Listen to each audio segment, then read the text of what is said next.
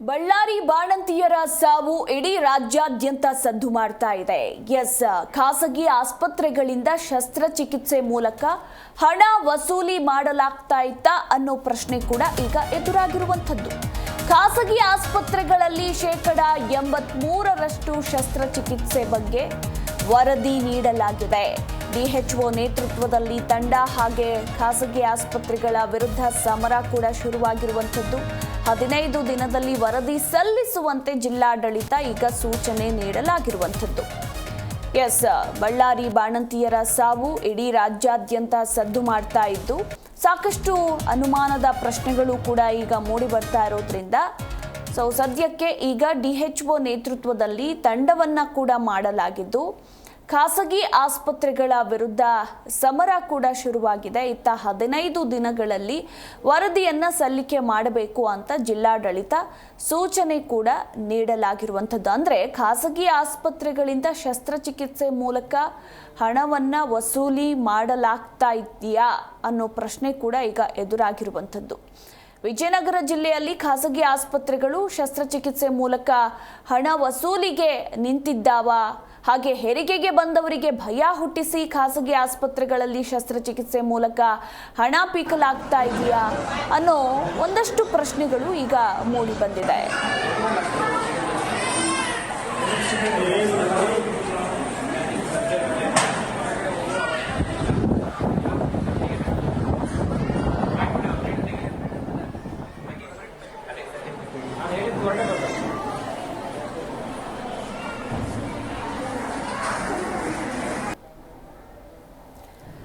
ಇನ್ನು ಇದೇ ವಿಚಾರಕ್ಕೆ ಸಂಬಂಧಪಟ್ಟಂತೆ ನಮ್ಮ ಪ್ರತಿನಿಧಿ ಮಂಜುನಾಥ್ ಹಿರೇಮಠ್ ಡಿಎಚ್ಒ ಜೊತೆ ಮಾತುಕತೆ ನಡೆಸಿದ್ದಾರೆ, ನೋಡೋಣ. ಈ ಬಾಣಂತಿಯರ ಸಾವಿನ ಪ್ರಕರಣ ಕೂಡ ಬಹಳ ದೊಡ್ಡ ಮಟ್ಟದಲ್ಲಿ ಕೂಡ ಸದ್ದು ಮಾಡಿತ್ತು. ಅದರಲ್ಲೂ ಕೂಡ ಬಳ್ಳಾರಿಯಲ್ಲಿ ಸುಮಾರು 5 ಜನ ಬಾಣಂತಿಯರು ಕೂಡ ಮೃತಪಟ್ಟಿದ್ರು. ಎಲ್ಲೋ ಒಂದು ಕಡೆ ಈ ಖಾಸಗಿ ಆಸ್ಪತ್ರೆಗಳಲ್ಲಿ ಸಿಜೇರಿಯನ್ನಿಂದ ಕೆಲವೊಂದು ಕಡೆ ಗರ್ಭಿಣಿ ಕೂಡ ಮೃತಪಟ್ಟಿದ್ದಾರೆ ಅನ್ನುವಂಥದ್ದು ಕೂಡ ದೊಡ್ಡ ಮಟ್ಟದಲ್ಲಿ ಆರೋಪ ಇತ್ತು.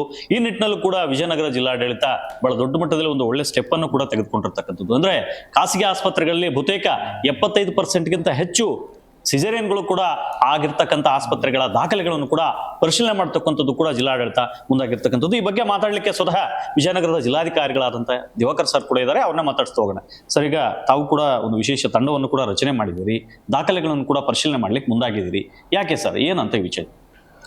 ಸಹಜವಾಗಿ ಸಿಜೇರಿಯನ್ ಪರ್ಸೆಂಟೇಜನ್ನು ನಾವು ಹೋಲಿಕೆ ಮಾಡಿದಾಗ ಸರ್ಕಾರಿ ಆಸ್ಪತ್ರೆಗಳಿಗೂ ಮತ್ತು ಖಾಸಗಿ ಆಸ್ಪತ್ರೆಗೂ ತುಂಬ ಡಿಫ್ರೆನ್ಸ್ ಇದೆ. ಸರ್ಕಾರಿ ಆಸ್ಪತ್ರೆಗಳಲ್ಲಿ 12,000 ಪ್ರತಿ ವರ್ಷ ಡಿಲಿವರಿ ಆದರೂ ಕೂಡ 46% ಸಿಜೇರಿಯನ್ ಆಗ್ತಾಯಿದೆ.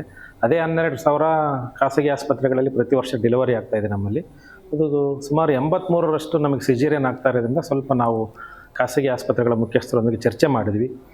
ಅದರಲ್ಲಿ ಕೆಲವು ಆಸ್ಪತ್ರೆಗಳು 100ಕ್ಕೆ 100ರಷ್ಟು ಸಿಜೇರಿಯನ್ ಆಗಿ ಕಂಡು ಬಂದಾಗ ಸ್ವಲ್ಪ ನಮಗೆ ಕಳವಳಕಾರಿಯಾಗಿ ಕಂಡು ಬಂದಿದೆ. ವೈಜ್ಞಾನಿಕ ಕಾರಣಗಳಿಂದ ಸಿಜೇರಿಯನ್ ಆಗೋದು ಅದು ಸಹಜ. ಅವಶ್ಯಕತೆ ಇದೆಯೋ ಇಲ್ಲೋ ಅನ್ನೋದನ್ನು ನಾವು ನೋಡಿ ಅದು ಒಂದು ವೇಳೆ ಅನಾವಶ್ಯಕವಾಗಿ ಸಿಜೇರಿಯನ್ ಮಾಡಿದ್ದಾರೆ ಅನ್ನೋದಕ್ಕೆ ನಾವು ಆಡಿಟ್ ಮಾಡಿಸ್ತಾ ಇದ್ದೀವಿ. ಎಲ್ಲಿ ಆಸ್ಪತ್ರೆಗಳಲ್ಲಿ 75%ಕ್ಕಿಂತ ಜಾಸ್ತಿ ಸಿಜೇರಿಯನ್ ಆಗಿರ್ತಕ್ಕಂಥ ಆಸ್ಪತ್ರೆಗಳಲ್ಲಿ ಒಂದು ಪರಿಶೀಲನೆ ಮಾಡಿದಾಗ ನಮಗೊಂದು ಐಡಿಯಾ ಸಿಗುತ್ತೆ ಯಾವ ಕಾರಣಕ್ಕೆ ಆಗಿರ್ಬೋದು ಅಂತೇಳಿ.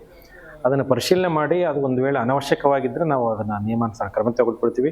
ಅದೇ ರೀತಿ ಸರ್ಕಾರಿ ಆಸ್ಪತ್ರೆಗಳಲ್ಲಿ ಈಗಾಗಲೇ 46% ಇರೋದನ್ನು ಕೂಡ ಕಡಿಮೆ ಮಾಡಲಿಕ್ಕೆ ಅನೇಕ ನಾವು ವೈದ್ಯರ ಜೊತೆ ಈಗ ಚರ್ಚೆ ಮಾಡಿ ಅವರಿಗೆ ಸಲಹೆಗಳನ್ನು ನೀಡಿ ಗರ್ಭಿಣಿಯವರಿಗೆ ಮಾನಸಿಕವಾಗಿ ಯಾವ ರೀತಿ ತಯಾರು ಮಾಡಬೇಕು ನಾರ್ಮಲ್ ಡೆಲಿವರಿ ಆಗಲಿಕ್ಕೆ ಅನ್ನೋದನ್ನು ಕೂಡ ಈಗ ನಡೀತಾ ಇದೆ.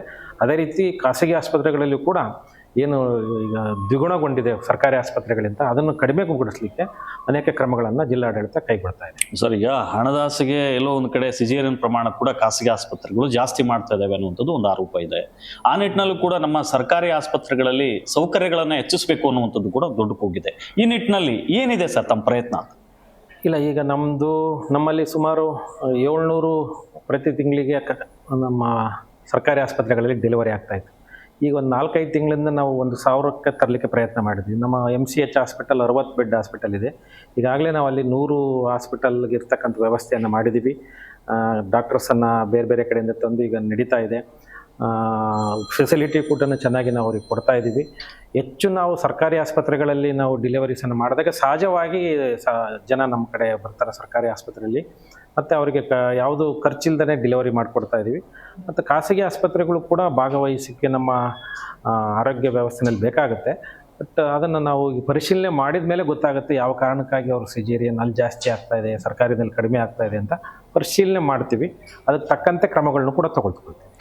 ಇದು ವಿಜಯನಗರದ ಜಿಲ್ಲಾಧಿಕಾರಿಗಳಾದಂಥ MS ದಿವಾಕರ್ ಅವ್ರ ಮಾತು. ಏನು ಅಂತ ಹೇಳಿದ್ರೆ, ಈ ಅಗತ್ಯಕ್ಕಿಂತ ಅಂದ್ರೆ ಇಲ್ಲಿ ಗಮನಿಸಬೇಕಾದಂತ ಅಂಶ ಏನು ಅಂತ ಹೇಳಿದ್ರೆ, ಬೇಕಾಬಿಟ್ಟಿ ಸಿಜೇರಿಯನ್ ಮಾಡ್ತಕ್ಕಂಥ ಆಸ್ಪತ್ರೆಗಳ ವಿರುದ್ಧ ಕೂಡ ಕಠಿಣ ಕ್ರಮವನ್ನು ತೆಗೆದುಕೊಳ್ತೇವೆ ಅನ್ನುವಂಥದ್ದು ಹೇಳೋದ್ರ ಜೊತೆಗೆ, ಏನು ಸರ್ಕಾರಿ ಆಸ್ಪತ್ರೆಗಳಿಗೆ ಬೇಕಾದಂಥ ಮೂಲಭೂತ ಸೌಕರ್ಯಗಳನ್ನ ಈಗಾಗಲೇ ಮಾಡಿಕೊಟ್ಟಿದ್ದೀವಿ ಅನ್ನುವಂತಹ ಮಾತುಗಳನ್ನು ಕೂಡ ಹೇಳಿರ್ತಕ್ಕಂಥದ್ದು. ವಿಜಯನಗರದಿಂದ Manjunath, Zee news Kannada. Zee Kannada news ಈಗ ನಿಮ್ಮ ಮನೆಯಲ್ಲೇ ನೋಡಿ. ಎಲ್ಲ ಕೇಬಲ್ಗಳಲ್ಲಿ ಈಗ ಲಭ್ಯ.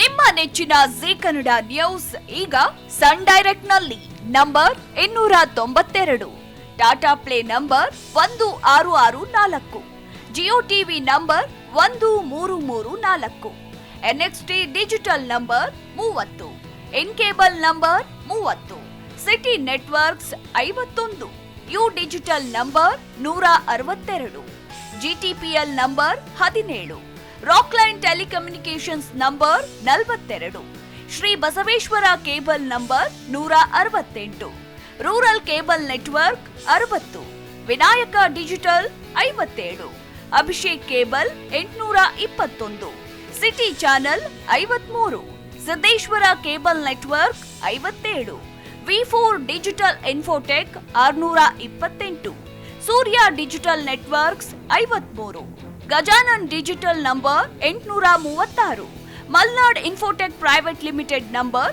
56, Metrocast number 830, Victory digital number 167ರಲ್ಲಿ ನೋಡಿ ಆನಂದಿಸಿ.